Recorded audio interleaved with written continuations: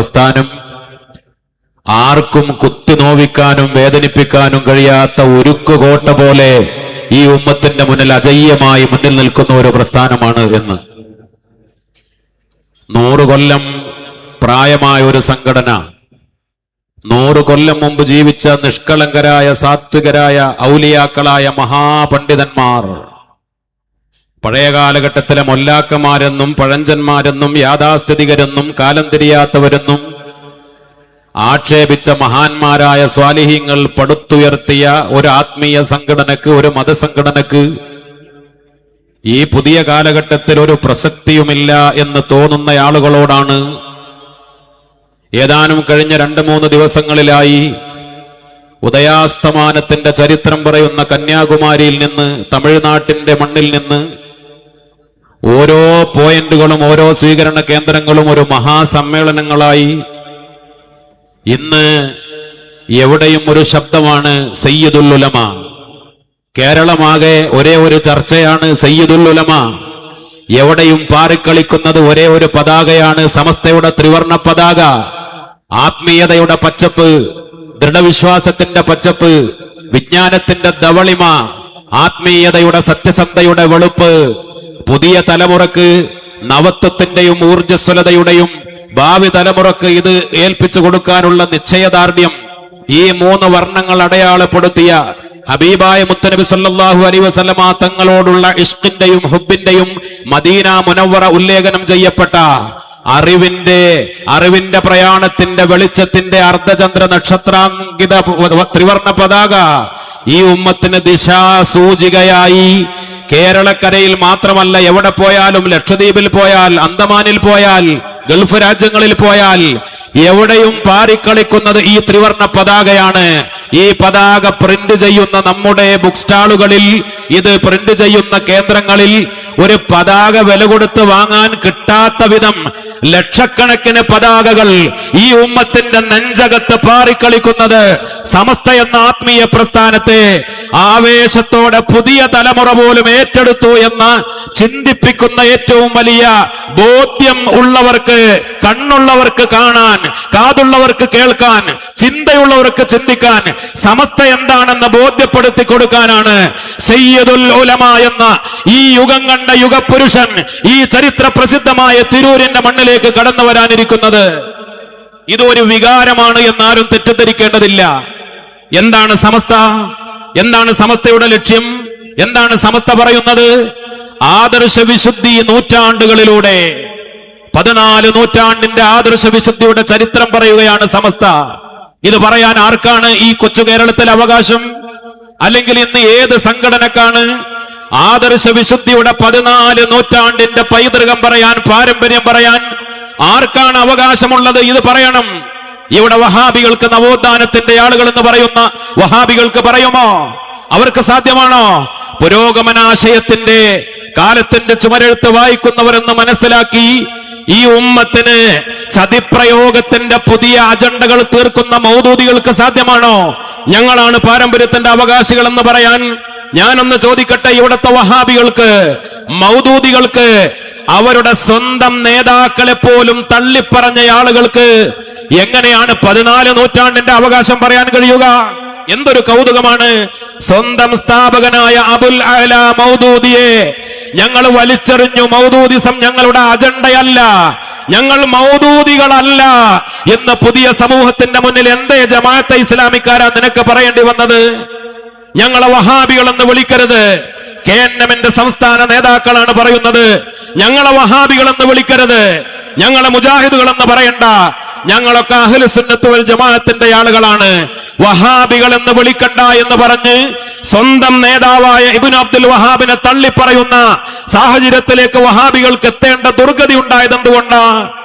അവരുടെ കേരളക്കരയിലേക്ക് വഹാബിസത്തിന്റെ പുതിയ വിശ്വാസവുമായി കടന്നു വന്നത് നമുക്കറിയാം. അതിന്റെ ചരിത്രം ജമാലുദ്ദീൻ അഫ്ഗാനിയുടെ, റഷീദ് റിളയുടെ, മുഹമ്മദ് അബ്ദുവിന്റെ വരണ്ട തൗഹീദിന്റെ ആശയങ്ങളുമായി തിരുവിതാംകൂറിൽ നിന്ന് മലബാറിലേക്ക് കടന്നു വന്ന ചില മൗലവിമാർ 1921 ഈ ഉമ്മത്ത് എല്ലാം നഷ്ടപ്പെട്ട് ഒന്നുമില്ലാതെ മുകളിലേക്ക് ആകാശം മാത്രം നോക്കി നിൽക്കുന്ന ഒരു പ്രതിസന്ധിയുടെ കാലഘട്ടത്തിൽ അവരുടെ ഈമാനിനെ കട്ടുകൊണ്ടുപോകാൻ വന്നവർ എന്തേ സംഭവിച്ചത്?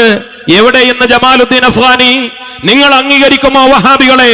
8 ഗ്രൂപ്പുകളായി, പ്രധാനപ്പെട്ട 3 ഗ്രൂപ്പുകളായി തമ്മിലടിക്കുന്ന ആളുകള് നിങ്ങൾക്ക് ആണത്തത്തോടുകൂടെ പറയാൻ കഴിയോ ജമാലുദ്ദീൻ അഫ്ഗാനി ഞങ്ങളുടെ നേതാവാണെന്ന്, മുഹമ്മദ് അബ്ദു ഞങ്ങളുടെ നേതാവാണെന്ന്, റഷീദ് റിള ഞങ്ങളുടെ നേതാവാണെന്ന്? ഇത് പരസ്യമായി പറയാൻ നിങ്ങൾക്ക് കഴിയില്ല. പരസ്യമായി നിങ്ങൾക്ക് വഹാബികളാണെന്ന് പറയുന്നത് നാണക്കേട്, മൗദൂദിയാണെന്ന് പറയുന്നത് മാനക്കേട്. എന്തുകൊണ്ട്? വഹാബിസം, സലഫിസം ലോകത്ത് മുഴുവനും ഏറ്റവും വലിയ ഭയാശങ്കയോടുകൂടെ നോക്കിക്കാണുകയാണ്.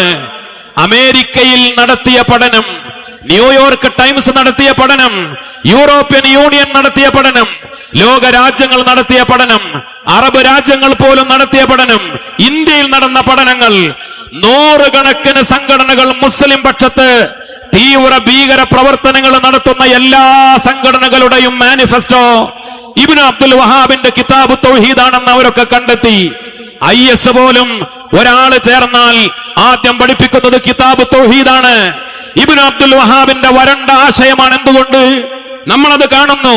ISന്റെ കൊലക്കത്തിക്കരയായതാരാണ്? ലക്ഷക്കണക്കിന് മുസ്ലിങ്ങൾ ലോകത്തുള്ള പല തീവ്ര ഭീകര സംഘടനകളും ആക്രമിച്ച് കൊന്നത് ആരെയാണ്? അള്ളാഹുവിന്റെ ഔലിയാക്കളെ, സാദാത്തുക്കളെ, ഉലമാക്കളെ, സുന്നികളെ. കാരണം സുന്നത്ത് ജമാഅത്തിന്റെ പാരമ്പര്യ അവകാശികളെ ഈ ഇബ്നു അബ്ദുൽ വഹാബിന്റെയും ഈ വഹാബി കുതന്ത്രകാരികളുടെയും കുതന്ത്രത്തിന്റെ വ്യാഖ്യാനം കൊണ്ട് വിശുദ്ധമായ ഖുർആനിലെ ആയത്തുകൾ പോലും ദുർവ്യാഖ്യാനം ചെയ്ത് മക്ക മുശ്രിക്കുകൾക്ക് ഇറങ്ങിയ ആയത്തുകൾ അത് സുന്നികളുടെ മേൽ വലിച്ചു കെട്ടിയിട്ട് ഇവരൊക്കെ കൊല്ലപ്പെടേണ്ടവരാണ് എന്ന് അവരുടെ അനുയായികളെ പഠിപ്പിക്കുമ്പോ പിന്നെ ഈ തീവ്രവാദികൾ ഔലിയാക്കൾ ആക്രമിക്കും, അവർ സുന്നികളെ കൊന്നൊടുക്കും, അവർ തങ്ങന്മാരെ കൊന്നൊടുക്കും. അതല്ലേ ലോകത്തിന്റെ കഥ? അതല്ലേ ലോകത്തിന്റെ ചരിത്രം? ഈജിപ്തിൽ, സിറിയയിൽ, ഇറാഖിൽ, സൗദി അറേബ്യയിൽ പോലും കഴിഞ്ഞു പോയ ചരിത്രത്തിന്റെ താളുകൾ പരിശോധിച്ചാൽ എത്ര ഔലിയാക്കൾ ശുഹദാക്കളായി, എത്ര ഔലിയാക്കൾ സ്വാലിഹീങ്ങൾ കൊലക്കത്തിക്കരയായി. ആരുടെ? ഇസ്ലാമിന്റെ ശത്രുക്കൾ എന്ന് പരസ്യമായി പറയുന്നവരുടേതല്ല, ഈ വിദഗ്ധകാരന്റെ. എന്തുകൊണ്ടാണ് ഇപ്പോഴും ബംഗ്ലാദേശിലെ അസ്വസ്ഥതകൾ തീരാത്തത്, പാകിസ്ഥാനിലെ അസ്വസ്ഥതകൾ തീരാത്തത്, കാശ്മീരിലെ അസ്വസ്ഥതകൾ തീരാത്തത്? ജമാഅത്തെ ഇസ്ലാമിയുടെ വരണ്ട വാദങ്ങൾ, ഹുക്കൂമത്തെ ഇലാഹിയുടെ മതരാഷ്ട്രവാദത്തിന്റെ തീവ്രവാദത്തിന്റെ അപകടം കൊണ്ടല്ലേ ഇന്നും അസ്വാരത്തിന്റെ നാടുകളായി ഈ മേഖലകളൊക്കെ ഇപ്പോഴും എത്രയോ ആഭ്യന്തര കലാപങ്ങളുടെ വേദനകളുടെ ഭൂമികയായി മാറിപ്പോകുന്നത്? നമ്മുടെ നേതാക്കൾ ഇത് മുമ്പേ മനസ്സിലാക്കി. ഇത് അപകടമാണ്. ഇവിടെ നിലനിൽക്കേണ്ടത് ഒരു പാരമ്പര്യമാണ്, പൈതൃകമാണ്. ആരുടെ? ഔലിയാക്കളുടെ, ഉലമാക്കളുടെ, സാദാത്തുക്കളുടെ. ശൈഖുനാ ശംസുൽ ഉലമ ഖദ്ദസല്ലാഹു സിർറുൽ അസീസ് സമസ്തയുടെ 60ാം വാർഷികത്തിലും 70ാം വാർഷികത്തിലും ഒക്കെ പ്രഖ്യാപിച്ചത്, പ്രസംഗിച്ചത് സമസ്ത ലക്ഷക്കണക്കിന് ഔലിയാക്കളുടെ പ്രസ്ഥാനമാണ് എന്നാണ്. ഔലിയാക്കളാണ് മൈത്രി നിലനിർത്തിയത്, ഔലിയാക്കളാണ് മാനവികത നിലനിർത്തിയത്, ഔലിയാക്കളാണ് മതസൗഹാർദ്ദം നിലനിർത്തിയത്. അയ്യപ്പ സ്വാമിയുടെ, വാവർ വലിയുല്ലാഹിയുടെ സ്നേഹബന്ധത്തിന്റെ കഥകൾ പറയാറില്ലേ ശംസുൽ ഉലമ? മാനാഞ്ചരയുടെ ചരിത്രം പറയാറില്ലേ? മാനദേവൻ രാജാവിന്റെ, ഷഹീദെ മില്ലത്ത് ടിപ്പു സുൽത്താന്റെ, ഷെയ്ഖ് ജിഫ്രി തങ്ങളുടെ സ്നേഹബന്ധത്തിന്റെ, അവരുടെ ആത്മീയതയുടെ, ജിഫ്രി തങ്ങളുടെ കറാമത്തിന്റെ അകക്കണ്ണുകൊണ്ട് ഇവിടെ കോഴിക്കോട്ടുകാർക്ക് ഏത് കാലഘട്ടത്തിലും വറ്റാത്ത വെള്ളം കിട്ടുമെന്ന് പറഞ്ഞ് സ്ഥലം നിർണയിച്ചു. കറാമത്തിന്റെ അകക്കണ്ണിലൂടെ ഭൂമി നൽകി മാനദേവൻ, മാനവിക്രമൻ രാജാവ്. അതിന്റെ ചെലവേറ്റെടുത്തു ടിപ്പു സുൽത്താൻ. ഇത് പറയാറില്ലേ ശംസുൽ ഉലമ? മമ്പുറം തങ്ങളുടെ കോന്തുനായരുടെ ചരിത്രം, മങ്ങാട്ടച്ചന്റെ കുഞ്ഞായിൻ മുസ്ലിയാരുടെ ചരിത്രം. ഔലിയാക്കൾ, സ്വാലിഹീങ്ങൾ, അവരാണ് നമ്മുടെ നാട്ടിൽ ഈ മാനവികതയും മൈത്രിയും നിലനിർത്തിയത്.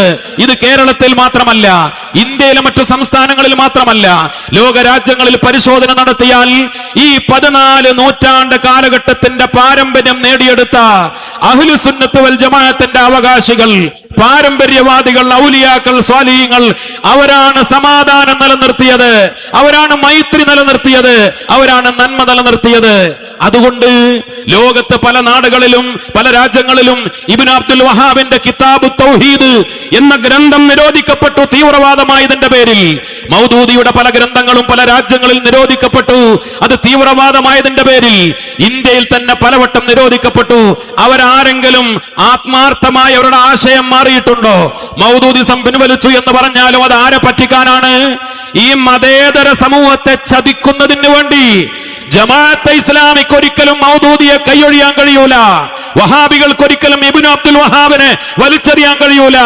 മാനക്കേട് കൊണ്ട് പൊതുസമൂഹത്തിന്റെ മുന്നിൽ സ്വന്തം നേതാക്കളെ തള്ളിപ്പറയുക എന്നതല്ലാതെ ഒരു ഉറച്ച നിലപാടിൽ അവർക്ക് മുന്നോട്ട് പോകാൻ സാധിക്കുന്നില്ല. എന്തേ അതിന് അടിസ്ഥാനപരമായ കാരണം? ഇവർ മുൻഗാമികൾ മുഴുവനും വലിച്ചെറിഞ്ഞു. ഇവരുടെ ഒക്കെ രീതി എന്താണ്? ഇവരുടെ ആശയം വഹാബിസത്തിന്റെ തൗഹീദ് ഏതുവരെ എത്തും? അവർ പറയുന്ന ഈമാനും ഇസ്ലാമും ഏതുവരെ എത്തും? ഈ ഇബ്നു അബ്ദുൽ വഹാബിനപ്പുറം ഇബ്നു തൈമിയയിലേക്ക് പോലും മുഴുവൻ ആശയങ്ങൾ കടന്നു ചെല്ലുന്നില്ല. പിന്നെ അതിനപ്പുറത്തുള്ള ഇമാമുകൾ, അതിനപ്പുറത്തുള്ള മഹാരഥന്മാർ, അവരെ അംഗീകരിക്കാൻ എന്തേ ഈ ബിദ്അത്തുകാർക്ക് സാധിക്കാതെ പോകുന്നത്? ആശയപരമായി, ആദർശപരമായി മൗദൂദികളുടെ അവരുടെ തലമുറ മൗദൂദിയിൽ അവസാനിക്കും. മൗദൂദിയുടെ മുഴുവൻ ജീവിതവുമില്ല. തന്റെ 38ാമത്തെ വയസ്സിൽ 3 തവണ കലിമ ചൊല്ലി പ്രഖ്യാപിച്ചു, ഞാനിപ്പോ നവമുസ്ലിമാണ്. ഇതുവരെ എന്റെ ജീവിത കാലഘട്ടത്തിലെ 38 കൊല്ലം അത് അന്ധകാരമായിരുന്നു. പാരമ്പര്യത്തിന്റെ അന്ധകാരത്തിന്റെ ചങ്ങല ഞാൻ വലിച്ചു പൊട്ടിച്ചെറിയുന്നു. ഇപ്പോ ഈ നിമിഷം മുതലാണ് ഞാനൊരു മുസ്ലിമായത്. ഇതുവരെയുള്ള ഇസ്ലാം, പാരമ്പര്യ ഇസ്ലാം മുഴുവൻ ആളുകളെ വലിച്ചെറിഞ്ഞു മൗദൂദികൾ. പാരമ്പര്യം അവകാശപ്പെടാൻ ഇവിടെ നിങ്ങൾ പഠനം നടത്തി നോക്ക്. നിഷ്കളങ്കമായി നീതിയോടുകൂടെ സമസ്തക്ക് പുറത്തുള്ള ആളുകൾ പഠനം നടത്തി പറയണം, 14 നൂറ്റാണ്ട് കാലഘട്ടത്തിൽ ഇസ്ലാമിന്റെ പാരമ്പര്യം പറയാൻ അവകാശികൾ കേരളത്തിൽ സമസ്തയല്ലാതെ മറ്റാരാണുള്ളത്? നമ്മുടെ വഴി ഏതാണ്? മാ അന അലൈഹി വ സ്വഹാബി. ഹബീബായ മുത്തുനബി സല്ലല്ലാഹു അലൈഹി വസല്ലമ തങ്ങൾ പഠിപ്പിച്ചതാണ്. ഈ ഉമ്മത്ത് ഛിന്ന ഭിന്നമാകും. തഫ്തരിഖു ഉമ്മത്തി. ഈ ഉമ്മത്ത് പല കക്ഷികളാകും, ചേരികളാകും. എങ്ങനെ? അവരെ കുറിച്ച് മുത്തുനബി പറഞ്ഞത് എന്താണ്? കുല്ലുഹും ഫിന്നാർ. അവരൊക്കെ നരകത്തിലേക്കാണ്. ബഹുമാനപ്പെട്ട സമസ്ത കേരള ജംഇയ്യത്തുൽ ഉലമ ചെയ്യുന്ന ദൗത്യം അതാണ്. നരകത്തിലേക്ക് പോകുന്ന ആളുകൾ ആരൊക്കെയാണ്? ഈ ഉമ്മത്തിൽ ഫിർഖത്തുണ്ടാക്കി, ഛിന്ന ഭിന്നതയുണ്ടാക്കി, അല്ലാഹുവിന്റെ റസൂല് ബിദ്അത്താണ് എന്ന് പ്രഖ്യാപിച്ച് നരകത്തിലേക്കുള്ള കക്ഷികൾ എന്ന് പറഞ്ഞത് ഈ ഉമ്മത്തിന് ബോധ്യപ്പെടുത്തി കൊടുക്കുക. ഏതാണ് സിറാത്തുൽ മുസ്തഖീം എന്ന നേരായ വഴി? സിറാത്തുൽ ലദീന അൻഅംത അലൈഹിം, മഹാന്മാരുടെ വഴിയാണ് സിറാത്തുൽ മുസ്തഖീം. ഗൈറിൽ മഗ്ളൂബി അലൈഹിം, അല്ലാഹുവിന്റെ ദേശം കിട്ടിയവരുടെ വഴിയല്ല. വലദ്ദാലീൻ, പിഴച്ചുപോയവരുടെ വഴിയുമല്ല. ഇത് പറയാനാണ് സമസ്ത വന്നത്. സമസ്ത കേരള ജംഇയ്യത്തുൽ ഉലമ പല കക്ഷികളെ ബിദ്അത്താണെന്ന് പറയുമ്പോൾ, പല കള്ളത്വരീഖത്തുകൾ തെറ്റാണെന്ന് പറയുമ്പോൾ അങ്ങോട്ട് പോകരുത്. ഇതല്ലേ സമസ്ത ഈ 1 നൂറ്റാണ്ട് കാലം പറഞ്ഞത്? നിങ്ങൾ അനൈക്യമുണ്ടാക്കരുത് സമസ്തക്കാരെ എന്ന് തലയണ മന്ത്രം നടത്താൻ വരുന്നവരോട്, നിങ്ങളിവിടെ ഭിന്നത ഉണ്ടാക്കരുത് സമസ്തക്കാരെ എന്ന് വേദാന്തം ഓതാൻ വരുന്നവരോട് സ്നേഹത്തോടുകൂടെ പറയട്ടെ, ഈ പുതിയ കാലഘട്ടത്തിൽ ഉമ്മത്തിയത്ത് വാദവുമായി നമ്മൾ ഇങ്ങനെ ഒറ്റക്കെട്ടായി നിൽക്കേണ്ട കാലമാണ്. ഇത് അറിയാത്തവരല്ല സമസ്ത കേരള ജംഇയ്യത്തുൽ ഉലമയുടെ നേതാക്കൾ. നമ്മുടെ പ്രതിസന്ധികൾക്കൊക്കെ ബഹുമാനപ്പെട്ട സമസ്തക്കറിയാം. സമസ്ത എന്ന് പറയുന്ന പ്രസ്ഥാനം ദീർഘദൃഷ്ടിയുള്ള നേതാക്കളാണ് ഈ മഹത്തായ പ്രസ്ഥാനത്തിന് നേതൃത്വം നൽകുന്നത്. സമസ്ത കേരള ജംഇയ്യത്തുൽ ഉലമയുടെ മുശാവറ മഹാന്മാരായ പണ്ഡിതന്മാരാണ്. ഈ മഹാസമ്മേളന നഗരിയിലേക്ക് ജാഥയുടെ ഡയറക്ടർ, ബഹുമാനപ്പെട്ട സമസ്തയുടെ സെക്രട്ടറി, ബഹുമാനപ്പെട്ട ഉസ്താദ് ഉമർ ഫൈലി മുക്കം, ബഹുമാനപ്പെട്ട ശൈഖുന വാക്കോട് ഉസ്താദ്, ജംഇയ്യത്തുൽ മുഅല്ലിമീന്റെ അജയ്യനായ പ്രസിഡന്റ്, നമ്മുടെ ഉപനായകന്മാർ ഈ രാജകീയമായ സ്വീകരണ സമ്മേളനത്തെ ഏറ്റുവാങ്ങുന്നതിന് വേണ്ടി നമ്മുടെ നഗരിയിലേക്ക് കടന്നു വരികയാണ്. അല്ലാഹു റബ്ബുൽ ഇസ്സത്ത് ദീർഘായുസ്സ് നൽകി അനുഗ്രഹിക്കട്ടെ. അനാരോഗ്യങ്ങൾ വകവെക്കാതെ ഉറച്ച നിലപാടിന്റെ ശബ്ദവുമായി ഈ ഉമ്മത്തിന് ദിശാബോധം നൽകാനാണ് നമ്മുടെ നേതാക്കൾ ഈ വേദിയെ ധന്യമാക്കി ഇങ്ങോട്ട് കടന്നു വന്നിട്ടുള്ളത്. അല്ലാഹു റബ്ബുൽ ഇസ്സത്ത് നമുക്ക് ഖൈർ പ്രദാനം ചെയ്യട്ടെ. ഞാൻ പറഞ്ഞു വന്നത് വളരെ ഗൗരവത്തോടുകൂടെ മനസ്സിലാക്കണം. ഈ മുസ്ലിം ഉമ്മത്തിന്റെ കാലഘട്ടത്തിന്റെ ചുവരെഴുത്ത് സമസ്ത കേരള ജംഇയ്യത്തുൽ ഉലമക്ക് അറിയാം. എന്താണ് ഞങ്ങളെ പറഞ്ഞ് ഭയപ്പെടുത്തുന്നത്? നിങ്ങൾ എന്ത് പറഞ്ഞാണ് വരട്ടാൻ ശ്രമിക്കുന്നത്? ഒരു ഭാഗത്ത് ഏക സിവിൽ കോഡ്, മറ്റൊരു ഭാഗത്ത് പൗരത്വ ബില്ല്, ഇവിടെ വഖഫ് ബില്ല്, ഇവിടെ SIR. ഇന്ത്യ രാജ്യത്ത് ന്യൂനപക്ഷ വിഭാഗം അവരുടെ അസ്തിത്വം ചോദ്യം ചെയ്യപ്പെടുമ്പോ, ഇവിടെ നിലനിൽപ്പ് തന്നെ ചോദ്യം ചെയ്യപ്പെടുമ്പോ, ഇവിടെയാണോ നിങ്ങൾ ആദർശം പറയുന്നത്? പഴഞ്ചന്മാരെ, നിങ്ങൾ തറാവീഹിന്റെ എണ്ണം പറയുക, നിങ്ങൾ ഖുത്ബയുടെ ഭാഷ പറയുക, നിങ്ങൾ തവസ്സുലും ഇസ്തിഗാസയും നബിദിനാഘോഷവും ഖബറാരാധനയും എന്ന് പറഞ്ഞുകൊണ്ട് കളിയാക്കുന്ന ഈ ഉമ്മത്തിനെ ആത്മീയതയിൽ നിന്ന് അകറ്റിക്കൊണ്ടുപോകാൻ ശ്രമിക്കുന്ന കുതന്ത്രകാരികളോട് ഞങ്ങൾ കണക്ക് നിരത്തി പറയാം. ഇന്ത്യയുടെ സുപ്രീം കോർട്ടിൽ സമസ്ത കേരള ജംഇയ്യത്തുൽ ഉലമ 20ഓളം കേസുകളാണ് ഈ ഉമ്മത്തിന് വേണ്ടി കൈകാര്യം ചെയ്യുന്നുണ്ട്. വഹാബികളെ വെല്ലുവിളിക്കുന്നു, മൗദൂദികളെ വെല്ലുവിളിക്കുന്നു. ഈ ഉമ്മത്തിന്റെ കാവൽ ഭടന്മാരാണെന്ന് പറയുന്നവരോട് ഞങ്ങൾ പറയട്ടെ, നിങ്ങൾക്ക് കണക്ക് പറയാൻ കഴിയുമോ? ഇന്ത്യയുടെ നീതിപീഠത്തിൽ ഈ സമുദായത്തിനും രാജ്യത്തിനും ന്യൂനപക്ഷത്തിനും വേണ്ടി ശരീഅത്തിന്റെ സംരക്ഷണത്തിന് വേണ്ടി 20ഓളം കേസുകളാണ് സമസ്ത കൈകാര്യം ചെയ്യുന്നത്. പൗരത്വ ബില്ലിൽ സമസ്ത കേരള ജംഇയ്യത്തുൽ ഉലമ സുപ്രീം കോടതിയിലില്ലേ? ഏക സിവിൽ കോഡിൽ സമസ്ത സുപ്രീം കോർട്ടിൽ ഇല്ലേ? ബാബരി മസ്ജിദിന്റെ വിഷയത്തിൽ ഇല്ലേ? ഇവിടുത്തെ ഓരോ തരത്തിലുള്ള കുതന്ത്രങ്ങൾ വന്നപ്പോ മുസ്ലിങ്ങളുടെ അനന്തരാവകാശ നിയമവുമായി ബന്ധപ്പെട്ട കേസിൽ, ആരാധനാലയ സംരക്ഷണ നിയമവുമായി ബന്ധപ്പെട്ട കേസിൽ, മുത്തലാഖുമായി ബന്ധപ്പെട്ട കേസിൽ, ഹിജാബുമായി ബന്ധപ്പെട്ട കേസിൽ, JJ ആക്ടുമായി ജുവൈനൽ ജസ്റ്റിസ് ആക്ടുമായി ബന്ധപ്പെട്ട കേസിൽ, പല കേസുകളിലും സമസ്ത കേരള ജംഇയ്യത്തുൽ ഉലമക്ക് അനുകൂലമായ ഇടക്കാല വിധികൾ കിട്ടി. നിങ്ങൾ അറിയുമോ? ഒരു ഘട്ടത്തിൽ നമുക്കറിയാം, ഈ കൊച്ചു കേരളത്തിലേക്ക് ബംഗാളിൽ നിന്ന്, ഗുജറാത്തിൽ നിന്ന്, മറ്റു സ്റ്റേറ്റുകളിൽ നിന്ന് ഇവിടേക്ക് പഠിക്കാൻ കുഞ്ഞുമക്കൾ വന്നപ്പോ നമ്മൾ ഏറ്റെടുക്കാൻ തയ്യാറായിരുന്നു. ദാറുൽ ഹുദ തയ്യാറായിരുന്നു, നമ്മുടെ ദീനി സ്ഥാപനങ്ങൾ തയ്യാറായിരുന്നു, നമ്മുടെ ജൂനിയർ കോളേജുകൾ തയ്യാറായിരുന്നു, നമ്മുടെ യതീംഖാനകൾ തയ്യാറായിരുന്നു. ഒലവക്കോട്ട് റെയിൽവേ സ്റ്റേഷനിൽ ഒരു നേരത്തെ പട്ടിണിക്ക് ആ പശി അടക്കാൻ കഷ്ടപ്പെട്ടു വരുന്ന, ഉടുതുണിക്ക് മറുതുണിയില്ലാത്ത ഇവിടെ സമദാനി സാഹിബുണ്ടല്ലോ, അവർക്കൊക്കെ അറിയാമല്ലോ ഉത്തരേന്ത്യയിലെ പാവപ്പെട്ട ന്യൂനപക്ഷങ്ങളുടെ കഥകൾ. ഉടുതുണിക്ക് മറുതുണിയില്ലാത്ത പട്ടിണി കിടക്കുന്ന പാവപ്പെട്ട കുഞ്ഞുമക്കള്, അവർക്ക് ഭക്ഷണം കൊടുക്കാനും അവർക്ക് മതഭൗതിക വിദ്യാഭ്യാസം കൊടുക്കാനും മക്കളെ രക്ഷിതാക്കളോട് പറഞ്ഞു, നിങ്ങൾക്ക് ഡിഗ്രിയും PGയും വാങ്ങാം, നിങ്ങൾക്ക് അധ്യാപകരാവാം, നിങ്ങൾക്ക് ഉന്നതമായ പണ്ഡിതന്മാരാവാം, ഇവിടെ വന്ന് പഠിച്ചോളൂ എന്ന് പറഞ്ഞ് അവരെ കൊണ്ടുവന്നപ്പോ ആ കുഞ്ഞുമക്കളെ മനുഷ്യക്കടത്ത് എന്ന് പറഞ്ഞ് അവരെ കൊണ്ടുപോയി ജുവൈനൽ ജസ്റ്റിസ് ആക്ട് എന്ന് പറഞ്ഞ് ജുവൈനൽ ഹോമിലേക്ക്, ജയിലറയിലേക്ക് ആ കുഞ്ഞുമക്കളെ കൊണ്ടുപോയി. രക്ഷിതാക്കളെ കൊണ്ടുവന്ന അധ്യാപകരെ ജയിലിൽ അടച്ചു. എന്നിട്ട് എന്തുണ്ടായി? ആ ഒരു നിയമത്തിന്റെ പേരിൽ ഈ ഉമ്മത്തിനെ വേട്ടയാടിയില്ലേ? അവരെ അവിടുത്തെ പാടത്തേക്ക്, വരമ്പത്തേക്ക് തിരിച്ചയച്ചു. ആ മക്കളെ ഇവിടെ അവരെ മാനസികമായി ആ വേദന, പീഡനം അനുഭവിച്ചിട്ട് അവിടെയുള്ള വ്യവസായശാലകളിലേക്ക് ബാലവേലക്ക് ആ മക്കളെ പിന്നെയും പറഞ്ഞയച്ചു. വിദ്യാഭ്യാസം നിഷേധിച്ചു. JJ ആക്ടിൽ സമസ്ത പോരാടി. ഇപ്പോഴോ അൽഹംദുലില്ലാഹ് ഹിഫ്ദുൽ ഖുർആൻ കോളേജുകളെ, അറബിക് കോളേജുകളെ ഇടക്കാല ഉത്തരവിലൂടെ സുപ്രീം കോടതി ഒഴിവാക്കി. ഇന്ന് കേരളത്തിൽ പല സ്ഥാപനങ്ങളിൽ അതിന്റെ റെക്കോർഡുകളും നിയമങ്ങളും ഒക്കെ രേഖാമൂലം കുട്ടികളെ പഠിപ്പിക്കാനുള്ള സാഹചര്യം ഉണ്ടായത് സമസ്ത എന്ന പ്രസ്ഥാനത്തിന്റെ ഇടപെടലാണ് എന്ന് നിങ്ങൾ മനസ്സിലാക്കണം. 3 ആഴ്ച മുമ്പ് സുപ്രീം കോർട്ടിൽ ഒരു പരാതി വന്നു, ഒരു കേസ് വന്നു. എന്താ കേസ്? ത്വലാഖ് തന്നെ നിരോധിക്കണം. മുത്തലാഖ് മാത്രമല്ല, നേരത്തെ മുത്തലാഖിന്റെ പേരിൽ ചെറുപ്പക്കാരെ ജയിലിലടക്കുന്ന അങ്ങനെയുള്ള അവസ്ഥകൾ ഉണ്ടായപ്പോ സമസ്തയുടെ കേസിൽ സുപ്രീം കോടതി ഇടപെട്ടു. വ്യാപകമായി ജയിലിലടക്കുന്ന ആ ദുരവസ്ഥയിൽ നിന്ന് ഇവിടത്തെ ഇന്ത്യൻ മുസ്ലിങ്ങൾക്ക് മോചനമുണ്ടായി.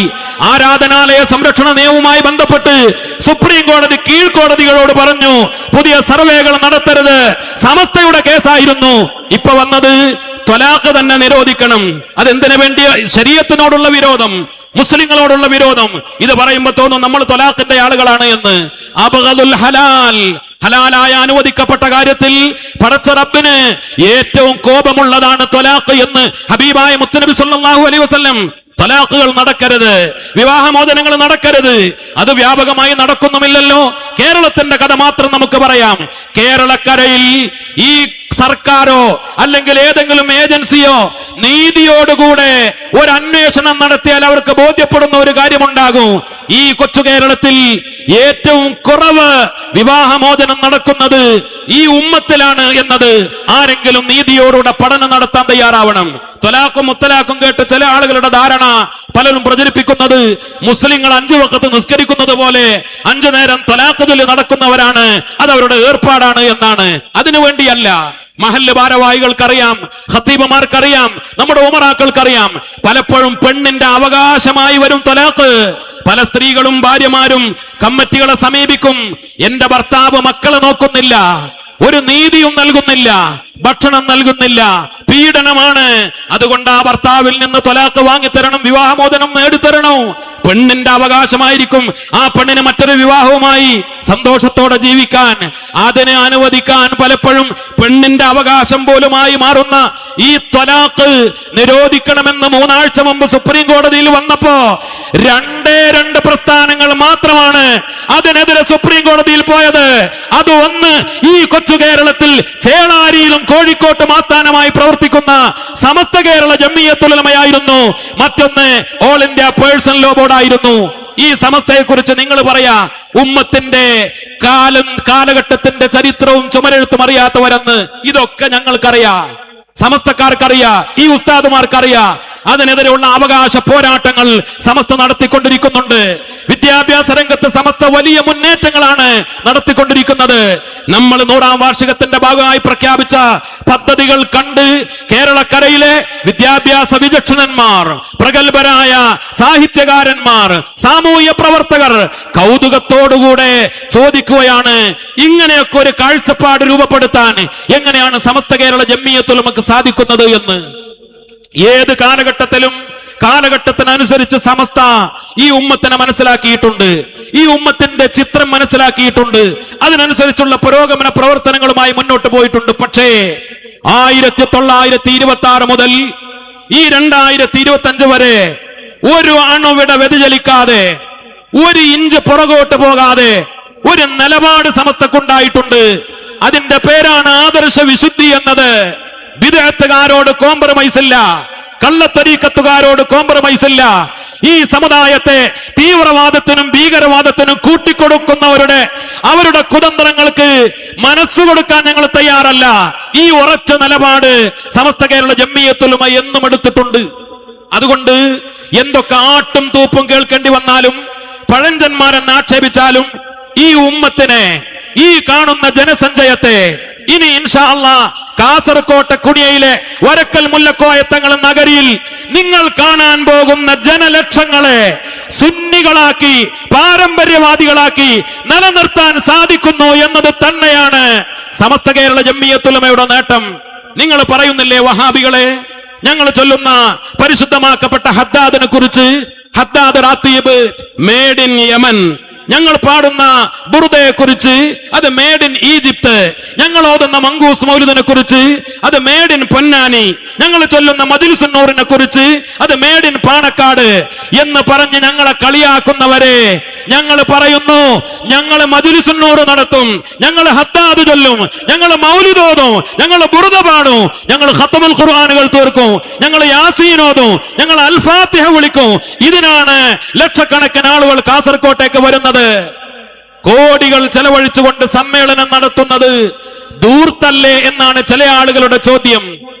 ഈ ഉമ്മത്താണ് ഈ സമ്മേളനത്തിന് പണം ചെലവഴിക്കുന്നത്, ഈ സമുദായമാണ് നൽകുന്നത്. 33,313 ക്യാമ്പ് അംഗങ്ങൾ 4-ാം തീയതി മുതൽ 8-ാം തീയതി വരെ കേരളം കണ്ട ഏറ്റവും വലിയ ക്യാമ്പ് അല്ല, ഇന്ത്യ കണ്ട ഏറ്റവും വലിയ ക്യാമ്പ് റെക്കോർഡായിരിക്കും. അല്ലെങ്കിൽ ഈ റെക്കോർഡിനെ മറികടക്കാൻ ആളുകളുടെ എണ്ണം എടുത്തുകൊണ്ട് മറ്റുള്ളവർ തയ്യാറാവാൻ അതിന് നിങ്ങൾക്ക് സാധ്യമാണോ എന്ന് വിനയത്തോടെ ചോദിക്കുകയാണ്, വെല്ലുവിളിയല്ല. എന്തിനായി ആളുകൾ ഒരുമിച്ച് കൂടുന്നത്? 33,313 യാസീനോദാൻ, 33,313 ഖതമുകൾ തീർക്കാൻ, അതോടൊപ്പം തന്നെ ഇങ്ങനെ ഹദ്ദാദ് ചൊല്ലാൻ, തഹജ്ജുദ് നിസ്കരിക്കാൻ, സുന്നത്തുകൾ നിസ്കരിക്കാൻ, കൂട്ടപ്രാർത്ഥനകൾ നടത്താൻ ലക്ഷക്കണക്കിന് ആളുകൾ അവിടെ ഒരുമിച്ച് കൂടും. ലക്ഷക്കണക്കിന് ആളുകൾ ഒരുമിച്ച് കൂടുമ്പോ പഴയ കാലത്ത് നമുക്ക് ഓർമ്മയില്ലേ, നിങ്ങൾ എന്തിനാണ് സമ്മേളനത്തിന് പോകുന്നത് എന്ന് ചോദിച്ചാൽ സാധാരണക്കാരായ നിഷ്കളങ്കരായ ആളുകൾ, ഈമാനുള്ളവർ പറയാറുണ്ട്, യാ വദൂദ് യാ വദൂദ് യാ വദൂദ് എന്ന് പറഞ്ഞുകൊണ്ട് മഹാനായ റഈസുൽ മുഹഖഖീൻ കണ്ണിയത്ത് ഉസ്താദ് ദുആ ചെയ്യുമ്പോ അതിന് ആമീൻ പറയാനാ ഞങ്ങൾ പോകുന്നത്. ലക്ഷക്കണക്കിന് ആളുകൾ ഒന്നിച്ച് ജമാഅത്തായി മഗ്രിബ് നിസ്കരിക്കുമ്പോ അതിലൊരു മഅ്മൂമാവാനാ ഞങ്ങൾ പോകുന്നത്. അവിടെ അടിയങ്ങളെ കാക്കണേ, അടിയങ്ങളോട് പൊറുക്കണേ, അടിയങ്ങളെ രക്ഷപ്പെടുത്തണേ. ബഹുമാനപ്പെട്ട കോയക്കുട്ടി ഉസ്താദ് ദുആ ചെയ്യുമ്പോ അതിന് ആമീൻ പറയാനാ പോകുന്നത്. ഇന്ന് ലക്ഷക്കണക്കിന് ആളുകൾ ആരാണത്?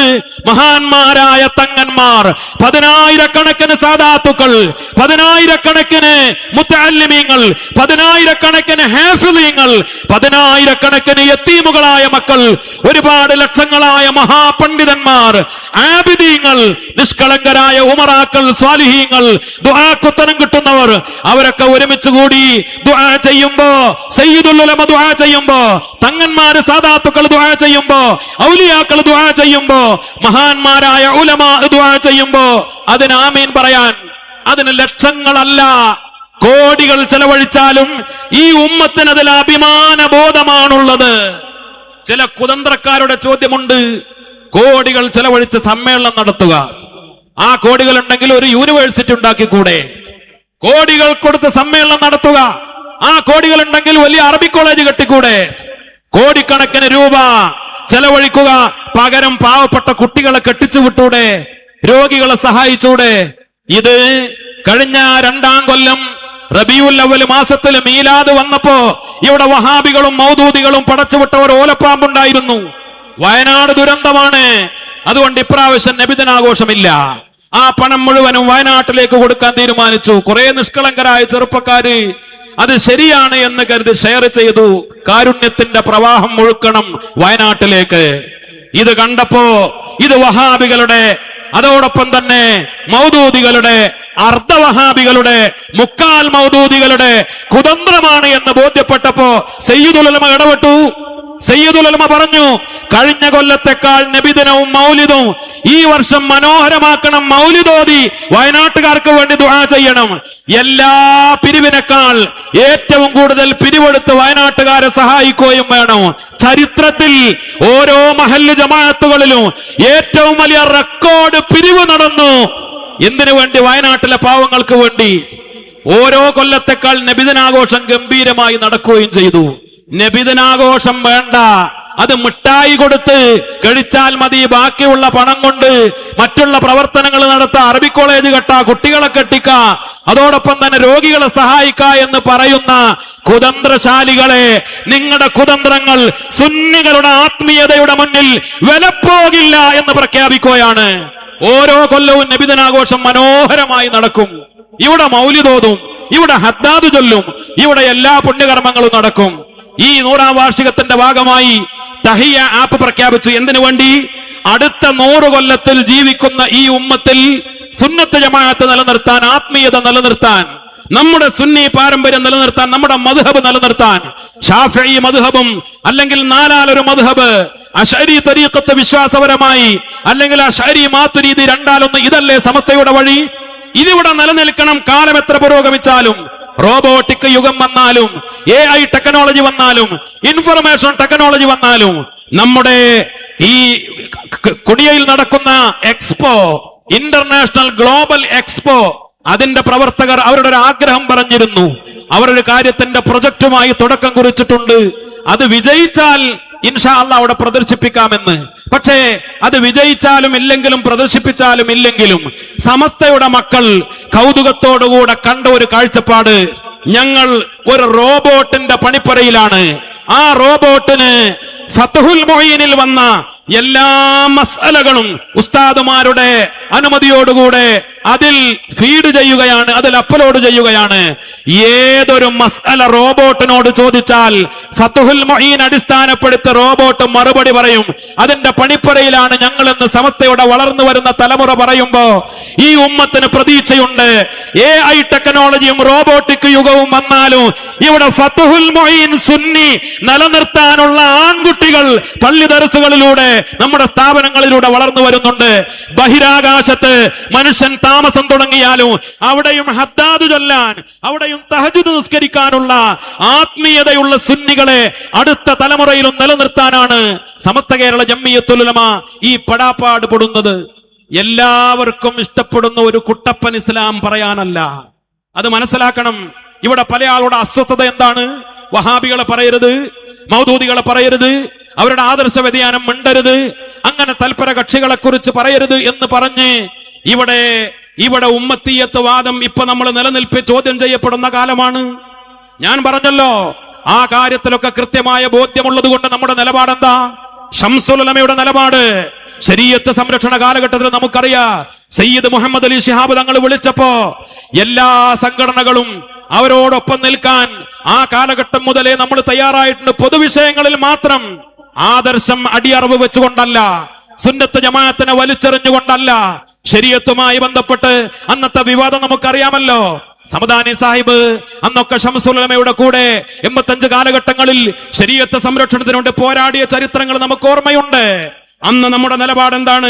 പൊതുവിഷയങ്ങളിൽ മാത്രം, അല്ലാതെ ഇവരുടെ മുന്നിൽ സുന്നത്ത് ജമാഅത്ത് പണയപ്പെടുത്തിക്കൊണ്ടല്ല. ഈ പുതിയ പ്രവണത, സുന്നത്ത് ജമാഅത്ത് പറയരുത് എന്ന പുതിയ പ്രവണത, അത് അംഗീകരിക്കാൻ ഞങ്ങൾ തയ്യാറല്ല, സമസ്തക്കാര് തയ്യാറല്ല. അതാണ് വിഷയം. ഇവിടെ എല്ലാവർക്കും ഇഷ്ടപ്പെടുന്ന ഒരു പുതിയ ഇസ്ലാം പരിചയപ്പെടുത്താൻ ആളുകൾ വരുന്നു. ഞാനതാ പറഞ്ഞത്, കരുണക്കടലായ മുത്തുനബി അള്ളാന്റെ റസൂലാ പറഞ്ഞത് 73 വിഭാഗമായാൽ 72 വിഭാഗവും കൊല്ലുഹു ഫിന്നാർ എന്നാണ്. ഒരു ശങ്കക്കടയില്ലാത്ത അവർ നരകാവകാശികളാണ്. എന്താണ് ആ വർത്തമാനം? ആരാ ഇത് പറയുന്നത്? റഹ്മത്തുൽ ലിൽ ആലമീൻ, എല്ലാവരോടും കാരുണ്യം മാത്രം പറഞ്ഞ മുത്തുനബിയാണ് പറയുന്നത്. ഈ ഉമ്മത്തിലെ 72 വിഭാഗവും നരകാവകാശികളാണ് എന്ന്. നമ്മൾ നരകത്തിലേക്ക് പോകാൻ പാടുണ്ടോ?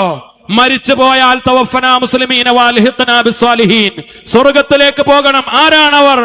മാ അന അലൈഹി വ സ്വഹാബി, അവർക്കാണ് അഹ്ലുസ് സുന്നത്തി വൽ ജമാഅ എന്ന് പറയുക. മുത്തുനബിയുടെ സുന്നത്തും മഹാന്മാരായ സ്വഹാബത്തിന്റെ ജമാഅത്തും പാരമ്പര്യമായി നിലനിർത്തി വരുന്ന ആളുകൾ അവരല്ലേ നമ്മൾ? അവരല്ലേ സുന്നികൾ? ഇവിടുത്തെ വഹാബികളോ സ്വഹാബത്തിനെ വലിച്ചെറിഞ്ഞവരല്ലേ?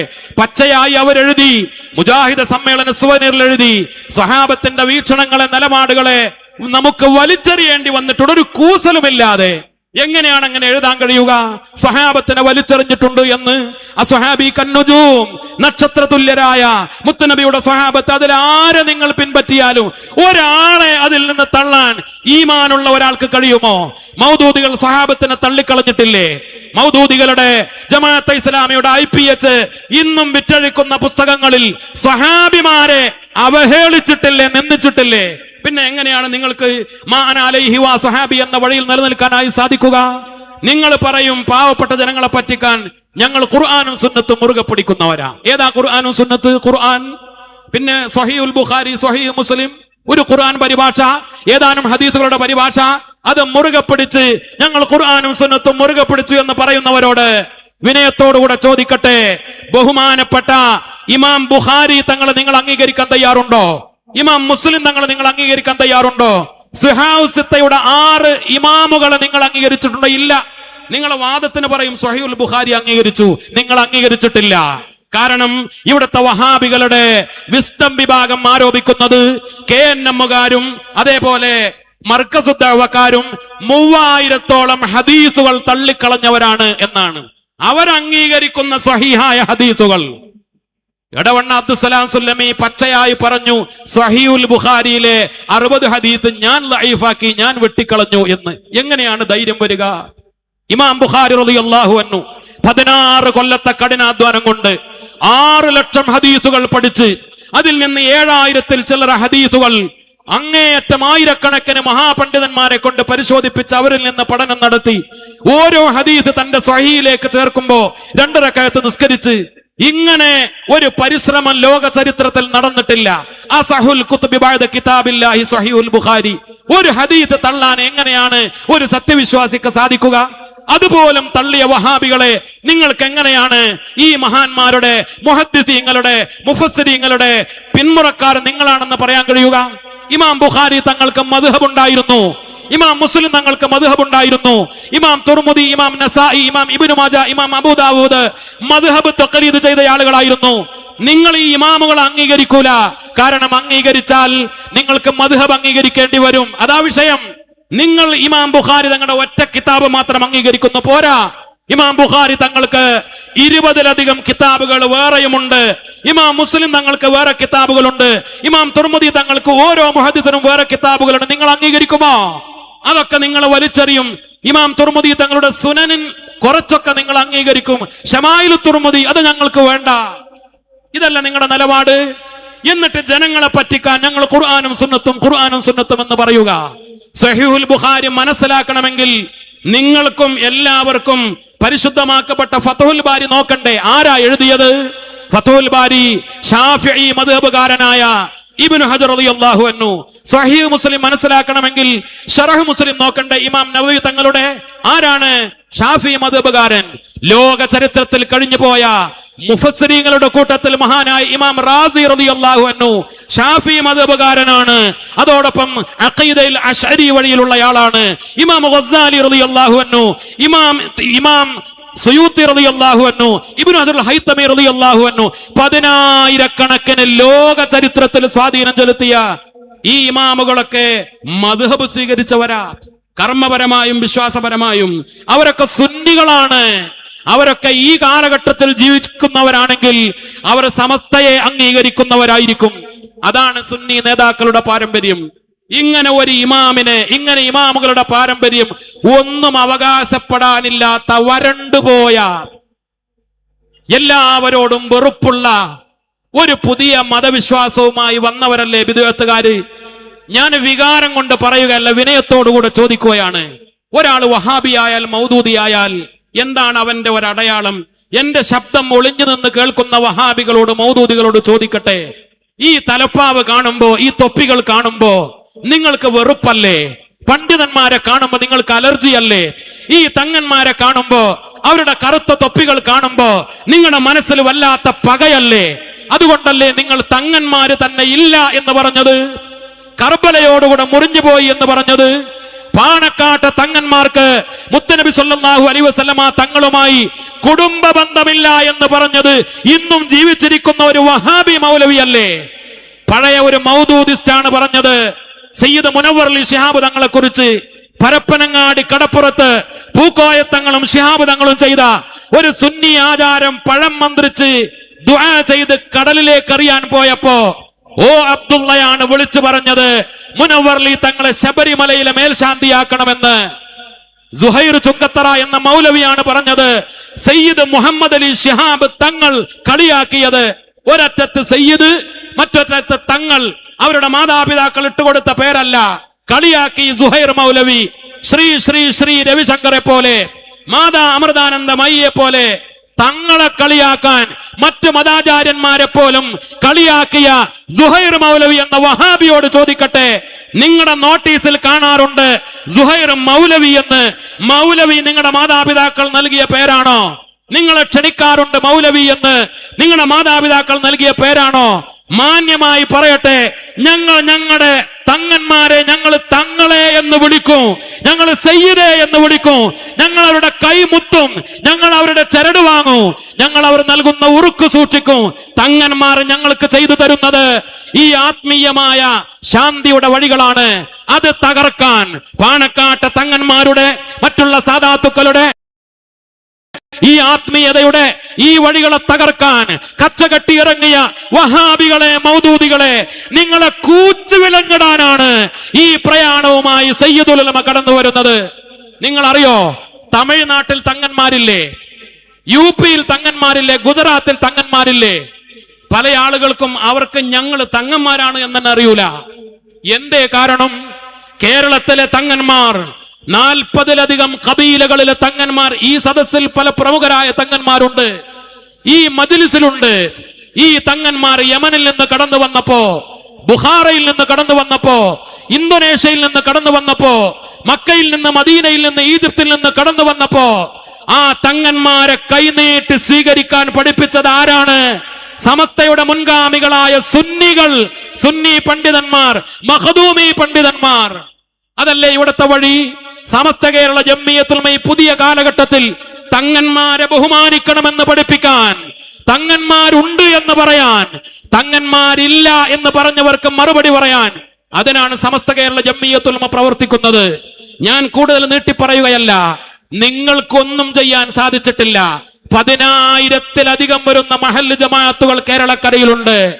1400 കൊല്ലം പഴക്കമുള്ള പള്ളികൾ, 1300, 1200, 1000-ലധികം അല്ലെങ്കിൽ 800, 700 കൊല്ലം പഴക്കമുള്ള പള്ളികളിൽ ഇപ്പോഴും ഞങ്ങൾ അറബിയിൽ ഖുത്ബ ഓതുന്നു, തറാവീഹ് 20 റക്അത്ത് നിസ്കരിക്കുന്നു. ഒരു പെണ്ണിനെയും പള്ളിയിലേക്ക് കൂട്ടിക്കൊണ്ടു പോകുന്നില്ല. ഖബറുകൾ ഖത്തപ്പുര കെട്ടുന്നു, തൽഖീൻ ഓതുന്നു, മൗലിദ് ഓതുന്നു, ഹദ്ദാദ് ചൊല്ലുന്നു, നബിദിനം നടത്തുന്നു. നിങ്ങൾ ഏതെങ്കിലും അങ്ങാടിയിൽ അറബി പണം കൊണ്ട്, അവരെ പറ്റിച്ചു കൊണ്ടുവന്ന പണം കൊണ്ട് പള്ളി ഉണ്ടാക്കി ഇസ്ലാമിക വിരുദ്ധമായി മലയാളത്തിൽ ഖുത്ബ നടത്തി പെണ്ണിനെ പള്ളിയിലേക്ക് കൊണ്ടുപോയി ദീനിന്റെ പാരമ്പര്യം തകർത്തപ്പോ ഈ ഉമ്മത്ത് നിങ്ങൾക്ക് വഴിയൊരുക്കി തന്നിട്ടില്ല. ഈ സമസ്ത കേരള ജംഇയ്യത്തുൽ ഉലമ ഇവിടെ ഉള്ള കാലത്തോളം ഒരു കുതന്ത്രകാരിയെയും ഞങ്ങൾ അനുവദിക്കില്ല. പുതിയ തലമുറയിലും സമസ്ത എന്ന വികാരം, സുന്നി എന്ന വികാരം ഇവിടെ നിലനിർത്തിക്കൊണ്ട് തന്നെ മുന്നോട്ട് പോകാനാണ് ഞങ്ങളുടെ തീരുമാനം. ഞാൻ അവസാനിപ്പിക്കട്ടെ. ഉദയാസ്തമനത്തിന്റെ കന്യാകുമാരിയിൽ നിന്ന് അനന്തപുരിയും മറ്റുള്ള ദക്ഷിണ ജില്ലകളും പിന്നിട്ട് മലബാറിലേക്ക്, മലപ്പുറത്തിന്റെ മണ്ണിലേക്ക് സയ്യിദുൽ ഉലമ കടന്നു വരുമ്പോ നമുക്ക് ബോധ്യപ്പെട്ട ഒരു കാര്യമുണ്ട്. നാനാജാതി മതവിഭാഗക്കാർ, സാമൂഹ്യ പ്രവർത്തകർ, പൊതുപ്രവർത്തകർ, സാഹിത്യകാരന്മാർ സയ്യിദുൽ ഉലമയെ കേൾക്കുകയാണ്, സയ്യിദുൽ ഉലമയെ കൗതുകത്തോട് വീക്ഷിക്കുകയാണ്. എവിടെയും സയ്യിദുൽ ഉലമയുടെ മനോഹാരിത, ആ പുഞ്ചിരി, സയ്യിദുൽ ഉലമയുടെ നിലപാട്, സയ്യിദുൽ ഉലമയുടെ ആശയം, ആദർശം, അത് നിലനിൽക്കുമ്പോ നമുക്കൊരു പ്രതീക്ഷയുണ്ട്. ശൈഖുനാ ശംസുൽ ഉലമ വെട്ടിത്തെളിച്ച താരരാജ വഴിയിൽ ബഹുമാനപ്പെട്ട സയ്യിദുൽ ഉലമ ഈ ഉമ്മത്തിനെ നയിച്ചുകൊണ്ട് മുന്നോട്ട് പോവുകയാണ്. 100 കൊല്ലം കഴിയുമ്പോഴും സമസ്ത വരക്കൽ മുല്ലക്കോയ തങ്ങളെ, പാങ്ങൽ അഹമ്മദ് കുട്ടി മുസ്ലിയാരെ, വാളക്കുളം അബ്ദുൽ ബാരി തങ്ങളെ, ഖുത്ബി തങ്ങളെ ഒരു പോറലുമില്ലാതെ സയ്യിദുൽ ഉലമയുടെ, സമസ്തയുടെ മുശാവറ അംഗങ്ങളുടെ കരങ്ങളിൽ സുന്നത്ത് ജമാഅത്തും സമസ്തയുടെ പാരമ്പര്യവും ഭദ്രമാണ് എന്നുറക്കെ പ്രഖ്യാപിച്ചുകൊണ്ടാണ് ആവേശോജ്വലമായ സ്വീകരണം ഏറ്റുവാങ്ങി സയ്യിദുൽ ഉലമ ഇങ്ങോട്ട് കടന്നു വരാനിരിക്കുന്നത്. ഞാൻ എന്റെ വാക്കുകൾ അവസാനിപ്പിക്കുന്നു. വആഖിറു ദഅവാന അനിൽ ഹംദുലില്ലാഹി റബ്ബിൽ ആലമീൻ. അസ്സലാമു അലൈക്കും വറഹ്മത്തുള്ളാഹി വബറകാതുഹു.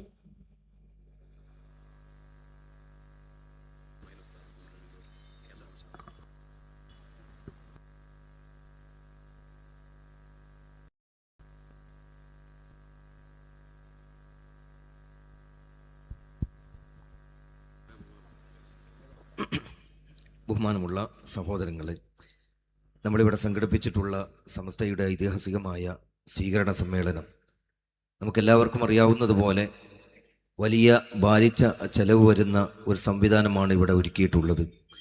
നമ്മുടെ സഹപ്രവർത്തകന്മാരായ ആളുകൾ നിങ്ങളുടെ മുമ്പിൽ ഒരു ബക്കറ്റുമായി കടന്നു വരുന്നുണ്ട്. നല്ല നെയ്യത്തോടുകൂടെ സമസ്തയുടെ ഖാദിമ്യങ്ങളായ നമ്മളെല്ലാവരും അതിൽ നിങ്ങളാൽ കഴിയുന്ന ഏറ്റവും നല്ല സംഖ്യകൾ നിക്ഷേപിച്ചുകൊണ്ട് ഈ സംവിധാനത്തെ നിങ്ങൾ സഹായിക്കണമെന്ന് വിനീതമായി ദീനുൽ ഇസ്ലാമിൻ്റെ പേരിൽ അഭ്യർത്ഥിക്കുകയാണ്. നമ്മുടെ സഹപ്രവർത്തകന്മാരായ ആളുകൾ അങ്ങോട്ട് കടന്നു വരുന്നുണ്ട്. എല്ലാവരും സഹകരിക്കണമെന്ന് വിനീതമായി അഭ്യർത്ഥിക്കുന്നു.